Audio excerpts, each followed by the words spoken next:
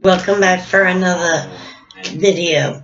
The story that I'm bringing you today is one that's been on investigative discovery shows and some missing person shows.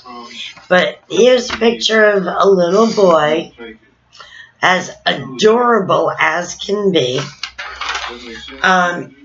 It ended up his mother, his father, his grandfather, and his grandfather's friend, and of course the little boy, all went camping.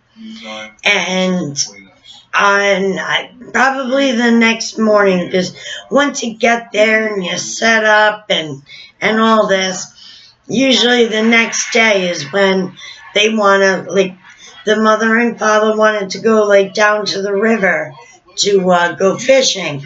And they, the wording of some things you gotta watch out for. Like, she's like, well, I thought Grandpa would, because he was near Grandpa digging in the dirt, so I thought Grandpa could keep an eye on him. Then they go fishing, and I'm not specific on the exact time of how long they were down there. And then the mother just, supposedly comes walking back up to the campsite, and she sees her son's toys, but he's nowhere around. Now, the grandfather, mind you, he's on oxygen. He always has to have a tank. So if he was going to do something with his child, he'd have to do something with one hand, because he's got to drag his oxygen with him. Now, his friend, on the other hand, was a normal guy, and he was just happened to be his friend. And so when the mother came back, didn't see the child, she was like, Grandpa, where's the baby? And the grandfather was like, oh, I thought you took him with you. And until then, and that happened in 2015, and until this day, nobody knows where that little boy went. Again, total speculation, call it a hypotenuse, a theory, but I think the parents do know what happened, and they're keeping it because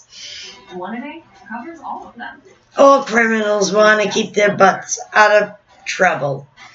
Of course, we hear worse things done to these children. There was a TV show on, and it was about a woman who had 2,300 personalities.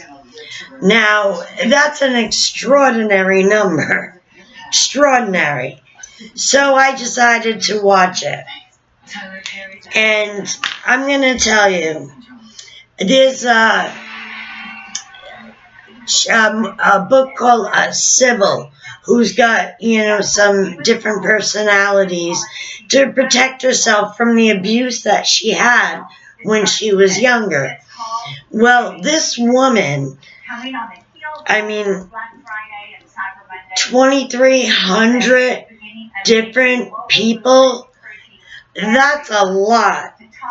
Well, as I'm watching this documentary, and they're not specifically saying what exactly the abuse was, but they did say that it was absolutely horrific. The father had videotaped, and this poor woman ended up to having her anus, her colon, and I think it was the beginning of her small intestines repaired because of all this damage that her father put her through. So, and that's not all the man did. So she and her psychiatrist said that, it's a miracle, but it's understandable how your brain can make up ways for you to cope with torture, trauma, and stuff like that. And so as I'm watching this, and she actually, like, changes right in front of you, and it's like her facial features change, her eyes even seem to be a little different. Instead of, like, saying a little girl coming up being like, hi, there'd be a little girl like that, but then there'd be, other ones that are like, and they got that serious look.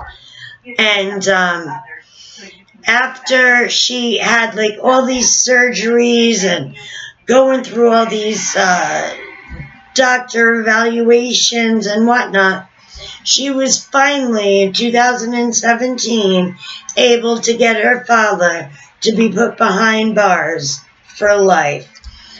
And, if you ever hear of somebody talking about multiple personalities, just know that if that's the case, then there has to be something in their younger years where their brain can specifically shut down and turn on somewhere else and say, I'm going to take this. And once I do, I'm putting it away, and I'm going to get this protector over here who's going to end up making me feel safe. That memory and that personality that took this, I still know. But that personality's not going to come out and say it unless I wanted to. Other than that, it's done. The mind is an amazing thing. So that was a long story, but real quick, back to about this little boy. If anybody would think of any little incoincidental remark that was ever made about him or anything, hopefully it's been a couple of years, and hopefully there are some of them who've grown up a little bit and are ready to tell the truth. So if you know of any information, call the Idaho police and let them know. All right, everybody. Again, have a good night. If you like the video, hit the subscribe button with the notification. We'll be doing a lot more, and I hope I'm going to be able to provide a lot more information for families still looking for answers on what happened to their loved ones. All right. Have a good night.